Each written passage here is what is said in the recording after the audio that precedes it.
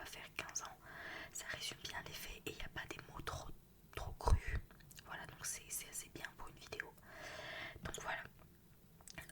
Donc aujourd'hui je vais te parler de l'affaire Daylin Warnes.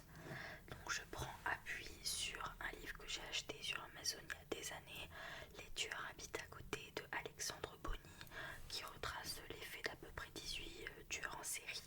C'est la seule femme d'ailleurs dans le livre. Elle est considérée comme la première tueuse en série américaine, alors qu'on sait très bien qu'il y en a plein d'autres, hein, mais on s'attarde souvent plus sur les hommes que sur les femmes. Donc c'est une histoire qui m'a intéressée et que j'ai décidé de te raconter aujourd'hui parce que j'ai vu il n'y a pas si longtemps que ça avec ma maman le film qui est censé retracer la vie de cette dame. Donc je te mettrai évidemment en description le nom du film. C'est un film qui est très bien, l'actrice est incroyable. Donc je vais commencer par te raconter les faits tout simplement et te conter l'histoire. Donc comme d'habitude, je me suis inspirée du livre, ça va faire des petits bruits de pages en fond, c'est toujours bien. Et à la fin, j'en discuterai un petit peu avec toi. Voilà. Donc dans le livre, vers le milieu, il y a quelques images. Donc là, je vais te montrer les images qui concernent cette affaire. On a ces deux premières images, donc Daylin Warnes. Et ça, c'est une image du film, du moment où elle a son procès. Alors voilà, donc là, je vais te lire la petite intro qu'il y a dans le livre. Après, on va partir sur les faits. Donc je ne l'ai pas précisé avant, je m'excuse, j'ai oublié, mais évidemment dans le titre c'est noté affaire criminelle, etc. Donc tu te doutes bien, c'est pas une vidéo ASMR pour les personnes sensibles, il y a des triggers warning. On va parler de meurtre, de viol, notamment de violences assez sévères sur les femmes. Voilà, c'est une affaire qui traite beaucoup de ça. Donc si tu es sensible à ces sujets-là, je te conseille d'aller voir une vidéo peut-être un peu plus calme de ma chaîne. Voilà. Donc, au début des années 1990, une série de meurtres sont commis en Floride. Le mode opératoire est toujours le même. Des hommes mûrs qui voyagent seuls sont abattus avec un calibre 22, puis abandonnés nus dans les bois ou au bord des routes. Malgré ses multiples identités, une femme est bientôt soupçonnée, Daylin Warnes. Prostituée à la vie brisée par la violence, a choisi de se faire justice elle-même. 1986, Daytona Beach en Floride. Une femme blonde accoudée au comptoir d'un bar gay boit une bière. Elle est seule, le regard dans le vague, sous les lumières rougeâtres du comptoir. Ses cheveux blonds lui tombent sur le front, dans le cou.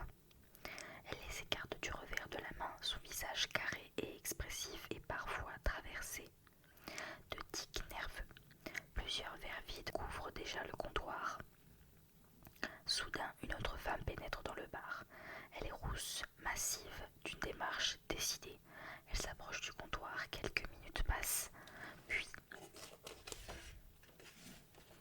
la rousse tente d'engager la conversation. La blonde est d'abord méfiante, elle continue à tirer sur sa cigarette, une moue méprisante sur les lèvres. Mais quelques minutes suffisent pour qu'elle se détende. Très vite, elle gratifie l'inconnu d'un sourire qu'on n'imaginait pas sur ce visage ravagé. Elle lui paie une bière. Elles se présentent l'une à l'autre. La rousse s'appelle Tyria. Déjà passablement sourde, la blonde éclate de rire, s'appuie au comptoir et répond qu'elle s'appelle Daylin.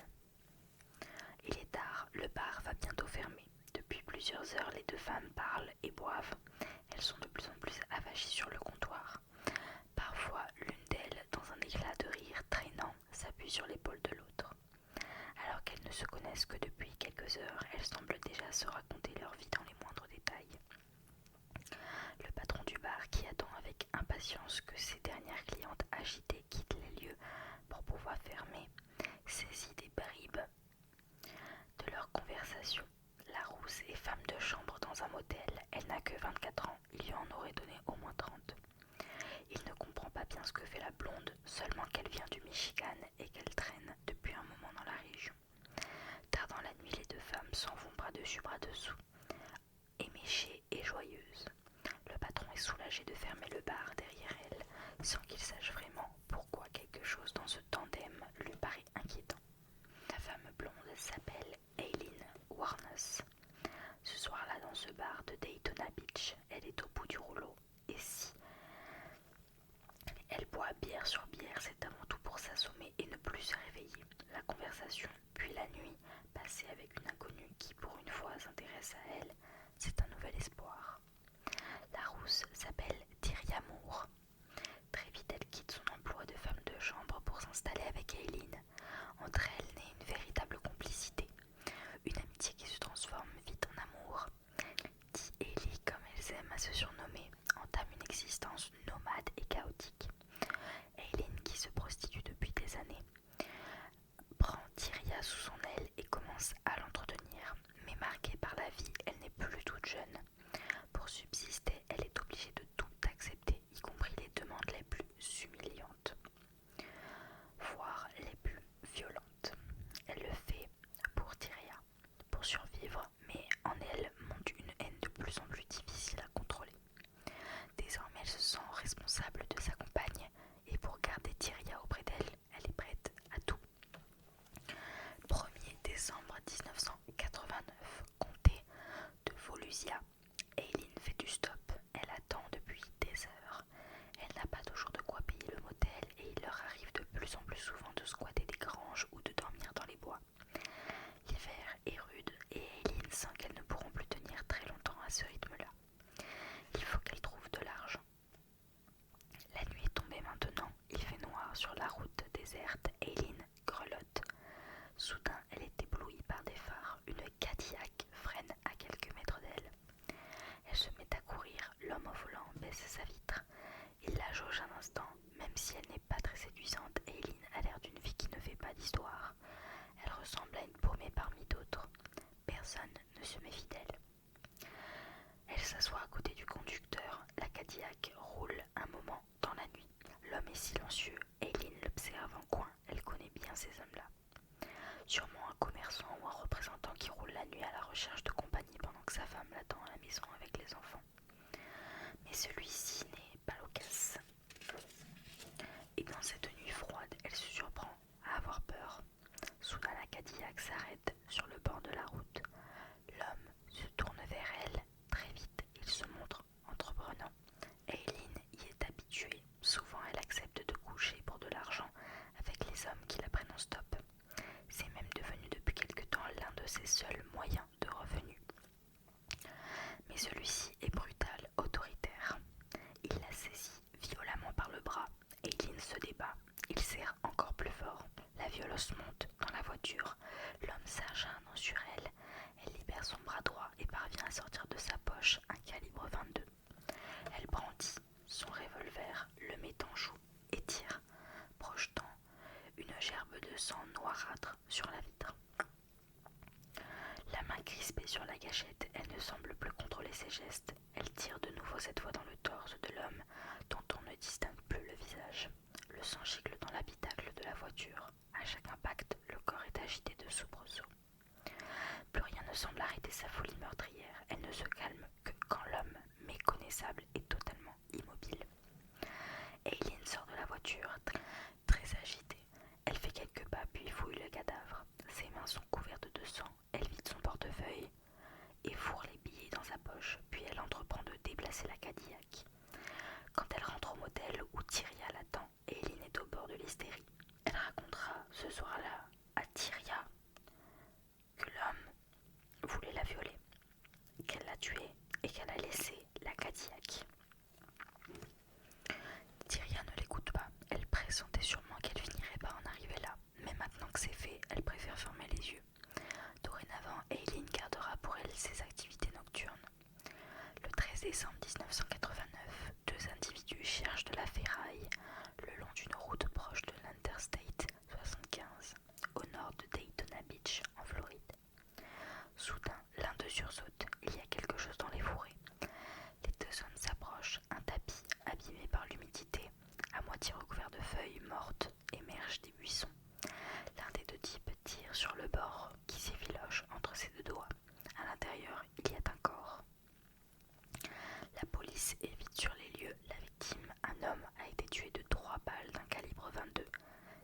sont déjà passablement décomposées, mais il est encore possible de relever ses empreintes. Il s'agit de Richard Mallory, 51 ans, propriétaire d'un magasin de réparation électronique dont la disparition n'avait dans un premier temps inquiété personne, étant donné qu'il avait l'habitude de se saouler, de fréquenter des prostituées et de quitter son magasin sans prévenir. On découvre bientôt sa Cadillac dans un bois proche. Ses papiers, son portefeuille, un préservatif et une bouteille d'alcool sont éparpillés autour du véhicule. Les enquêteurs notent des traces de sang à l'arrière du siège conducteur. Ce n'est que le début d'une longue série d'assassinats. La police dispose de très peu d'indices et tous les suspects interpellés sont rapidement innocentés. La psychose s'empare de la région. Eileen est de plus en plus agitée, violente. La mort de Mallory lui a procuré une bonne décharge d'adrénaline. Facilité de ce meurtre la grise, et puis c'est une source d'argent facile, beaucoup plus que les passes de plus en plus pénibles auxquelles elle est habituée. La nuit, Eileen attend désormais au bord des routes que les automobilistes s'arrêtent. Aucun d'eux ne se méfie. Cette femme à la dérive leur inspirerait plutôt du mépris, voire de la pitié. Quand elle braque sur elle, son calibre 22, ses victimes n'ont rien vu venir. Elles ont beau supplier, promettre, donner tout ce qu'elles ont, rien n'y fait. Et Eileen Wuornos a pris goût au sang. Elle fait feu sans hésiter. Souvent, elle s'acharne sur ses victimes, tirant plusieurs balles même après leur mort. Il lui arrive aussi fréquemment de les forcer à se déshabiller et de les humilier avant de les cribler de balles. Elle n'a aucune pitié. 3 corps sont retrouvés entre le 5 mai et le 6 juin 1990, toujours à proximité de l'Interstate 75. 3 hommes abattus par balle, toujours d'un calibre 22. L'un d'eux est retrouvé nu, une casquette de baseball sur la tête. Leur état de décomposition ne permet pas toujours de relever leurs empreintes, mais ils finissent tous par être identifiés. Leurs véhicules sont systématiquement retrouvés loin de leurs cadavres. Les plaques d'immatriculation sont arrachées et des objets ont été volés, dont une boîte à outils et un revolver. Le 4 juillet 1990, un témoin assiste à un drôle d'accident. Une voiture zigzague sur la State Road 315, près d'Orange Springs, dans le comté de Marion, puis termine sa course dans les buissons. 2 femmes en sortent, une brune et une blonde. La blonde a le bras en sang. Elle s'insulte et se lance des canettes de bière. Elle sort le véhicule du fossé, puis l'abandonne au bord de la route. Quand elle croise un pompier volontaire appelé sur les lieux de l'accident, elle semble énervée et fuyante. L'homme les interpelle et leur demande si c'est à elle qu'appartient la voiture. La blonde l'insulte et part. L'homme hausse les épaules. De toute façon, cette affaire est sûrement de moindre importance. Ce n'est pas l'avis de la police quand elle découvre la voiture, une Pontiac Sunbird grise. Les vitres et le pare-brise sont brisés. Il y a de nombreuses traces de sang, notamment sur la poignée de la porte, et les plaques d'immatriculation ont disparu. Grâce au numéro d'identification du véhicule gravé sur le châssis, la police remonte jusqu'à son propriétaire, un homme disparu le 7 juin 1990. Même si des recoupements sont effectués entre ces affaires, les shérifs des différents comtés ont encore du mal à unir leurs efforts, et les découvertes macabres s'accumulent. La police fait appel à une profileuse. Étonnée que les victimes aient pris des autostoppeurs en pleine nuit dans ce contexte de psychose, cette dernière en déduit que l'agresseur ne devait pas avoir un aspect menaçant. Elle émet l'éventualité qu'il s'agisse d'une ou de plusieurs femmes. Selon elle, on est face à un mode opératoire de tueuse. Les soupçons se portent de plus en plus sur les 2 femmes qui ont eu cet étrange accident près de Orange Springs. Leurs portraits robots sont abondamment diffusés dans les médias. La police commence enfin à mettre un visage, ou plutôt 2, sur les crimes qui terrorisent la région. Eileen et Tyria continuent leur vie commune qui ressemble de plus en plus à une cavale. Il arrive qu'elles se séparent pendant plusieurs semaines. Tyria prend ses distances. Souvent, Eileen rentre tard, des traces de sang sur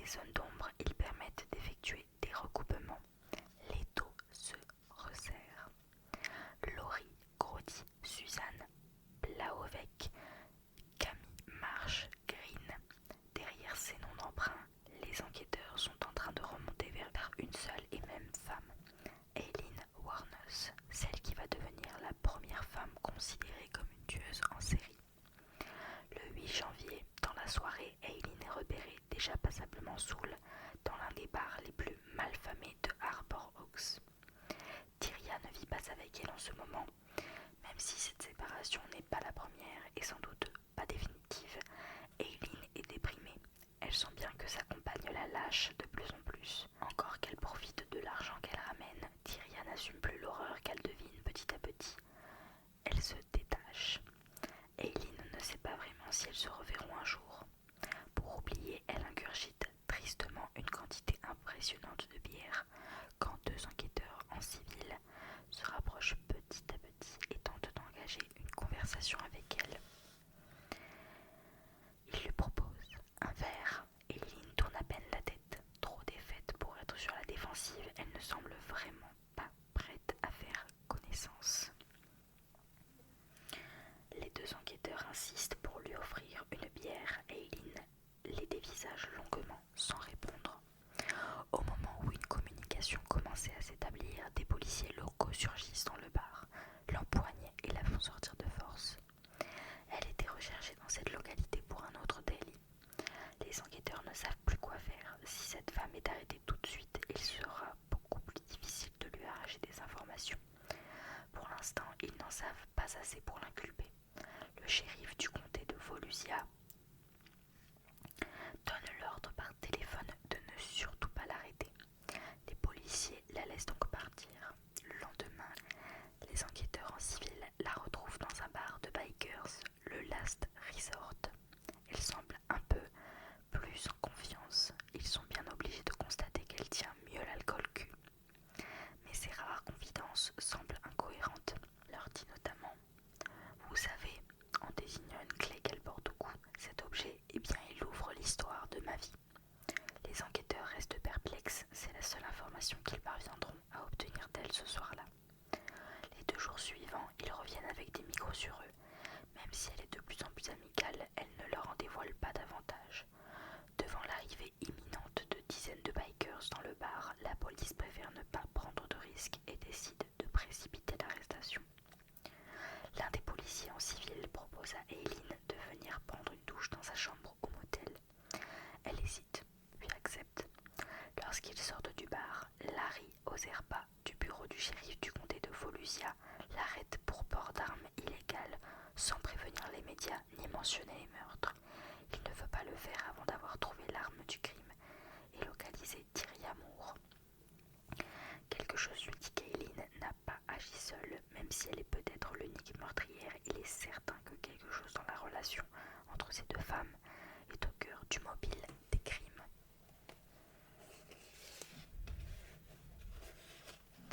Ils savent également que seule Tyria pourra pousser Eileen aux aveux.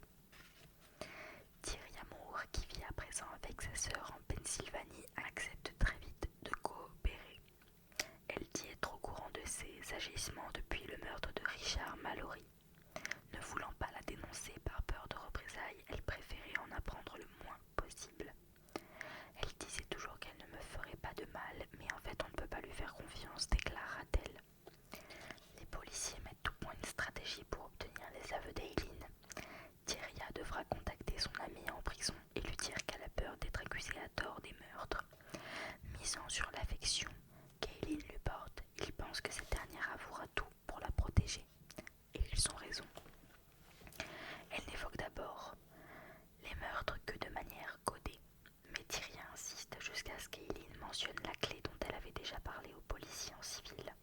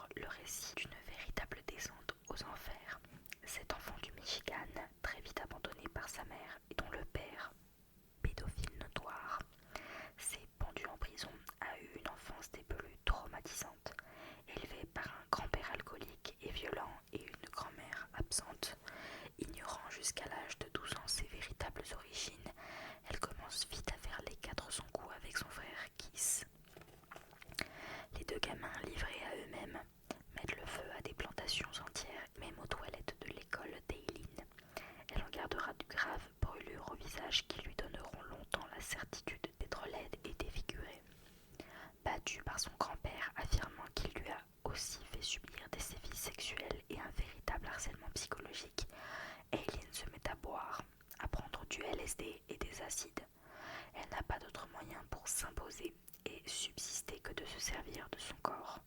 Elle dit avoir eu très tôt de nombreux partenaires sexuels, dont son frère Kiss. Pour survivre dans la rue, elle se livra de petits trafics, comme en témoignent certains habitants de son quartier. Elle vend d'abord son corps pour des cigarettes, de l'alcool ou un peu d'argent, qui lui vaut le surnom de cigarette pig, la cochonne de la cigarette. À 14 ans, elle tombe enceinte. Elle affirme que l'enfant est né d'un viol, mais ses grands-parents refusent de la croire. Elle accouche d'un petit garçon qu'elle fait aussitôt adopter. Peu après, ses grands-parents la mettent dehors et Eileen est souvent obligée de dormir dans les bois, trouvant refuge dans des voitures abandonnées. La prostitution devient sa seule activité. Obligée d'accepter n'importe quel client, elle tapine dans des endroits isolés.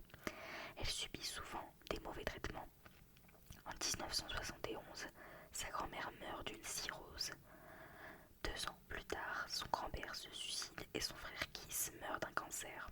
Elle est anéantie par sa disparition et tente même de mettre fin à ses jours. Quelque temps après la mort de son frère, elle part pour la Floride. Là, elle fait une rencontre qui aurait pu la sauver. Un riche homme d'affaires veut l'épouser. Mais juste après leurs noces, Eileen est arrêtée par la police pour avoir lancé une boule de billard à la tête d'un barman. Son mari prend peur et demande l'annulation du mariage. Il accuse également Eileen de lui avoir extorqué de l'argent, notamment en le frappant avec sa canne. Retour à la case départ. Débute alors une série de petits délits et d'arrestations. À cette époque, elle commence à emprunter l'identité de certaines personnes de son entourage. En 1985, elle est ainsi arrêtée sous le nom de Laurie Grody, qu'elle a volé à une tante. En janvier 1986, elle est inculpée sous son vrai nom pour avoir volé une voiture et résisté à la police. On trouve un calibre 38 dans son véhicule. Sa rencontre avec Tyria, au lieu de la stabiliser, est au contraire le déclencheur d'un cercle encore plus violent et morbide. La délinquante paumée s'apprête à devenir une tueuse. Pourtant, lors de ses aveux, l'une des préoccupations essentielles d'Eileen est d'innocenter Tyria. Elle insiste beaucoup sur le fait qu'elle ne l'a en aucun cas poussée à tuer. Elle estime également avoir agi pour chaque meurtre en état de légitime défense, en réaction à un viol ou à une agression, ce qui dans certains cas est avéré. Si elle a tendance à modifier certains détails et à se contredire, elle semble lucide sur le sort qui l'attend et veut juste en finir. L'affaire Wuornos déclenche un vrai délire, dont une dénommée Arlene Preil est sans doute la meilleure représentante. Cette dévote qui dirige un haras écrit à Eileen après avoir vu sa photo dans le journal. Mon nom est Arlene Preil, Jésus m'a dit de vous écrire. Elle devient très vite son soutien le plus dévoué, décrivant ainsi leur relation à la presse.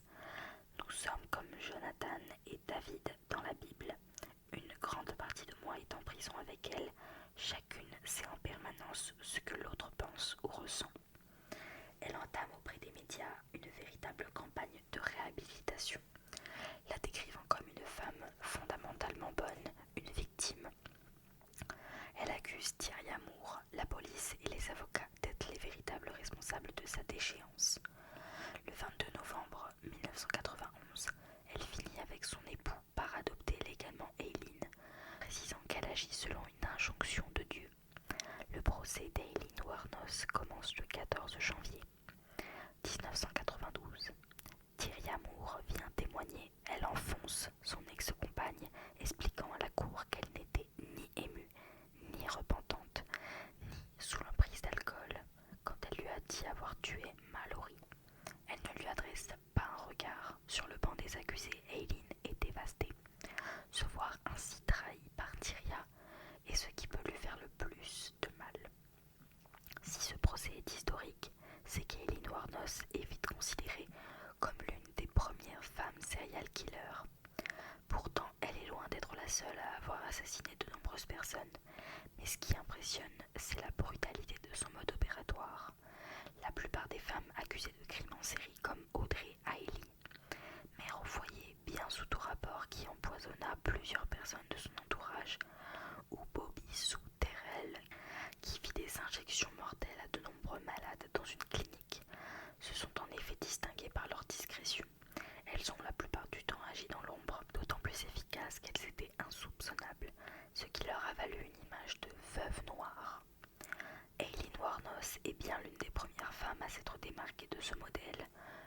considère ce que sa biographie a de tragique, il paraît évident qu'elle s'est appropriée une violence dont elle a d'abord été victime. Déterminée à faire valoir ces circonstances atténuantes et à faire comprendre au jury le mal qu'on lui a fait, Aileen tient à témoigner elle-même. Elle affirme que Mallory l'a non seulement violée mais aussi torturée.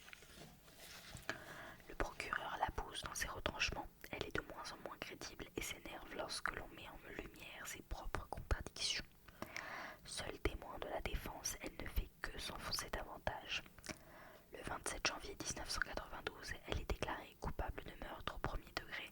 En quittant le tribunal, elle se laisse submerger par la colère. « Je suis innocente, j'ai été violée, j'espère que vous serez violée, Amérique de merde. » Tous les jurés ont cette phrase en mémoire quand ils entament la phase de condamnation. La défense mise sur le fait qu'elle souffre d'importants troubles de la personnalité. Elle est bipolaire, ce qui implique une humeur changeante et brusque, comme en témoigne son attitude au procès. Mais les jurés ne tiennent pas compte de cet état de fait et ne soulignent que sa brutalité. Le 31 janvier, le juge Blount la condamne à la peine capitale. Le 15 mai, le juge Thomas Sawaya la condamne encore 3 fois à la perpétuité. Elle répond par un geste obscène et une insulte. En novembre 1992, Aileen a l'espoir d'un nouveau procès. En effet, les avocats et le procureur n'avaient pas tenu compte des accusations de viol qu'Aileen avait portées sur Mallory. Pour eux, il n'était que légèrement obsédé et paranoïaque. Mais il suffit à une journaliste de la NBC de chercher son nom dans le fichier du FBI pour découvrir qu'il avait dans un autre état été condamné à 10 ans de prison pour le viol sauvage d'une femme. Les avocats d'Aileen suggèrent que cet élément soit porté à la connaissance de la cour, mais cette deuxième chance lui sera refusée. Aileen se résout donc à son sort, allant même jusqu'à écrire à la Cour suprême « Je suis une personne qui hait réellement la vie humaine et qui tuera de nouveau ». En avril 1993, accepte de licencier ses avocats et de ne plus faire aucun appel. 3 psychiatres affirment qu'elle comprend la sentence et ses motivations. Celle-ci ne sera pas ajournée. Aileen Wuornos est exécutée par injection mortelle le 9 octobre 2002 à la prison d'État de Steyr, en Floride. Elle a tué 7 personnes. Ses dernières paroles sont « Je voudrais juste dire que je pars dévastée, poussée par la foi, mais que je reviendrai avec Jésus le 6 juin, plus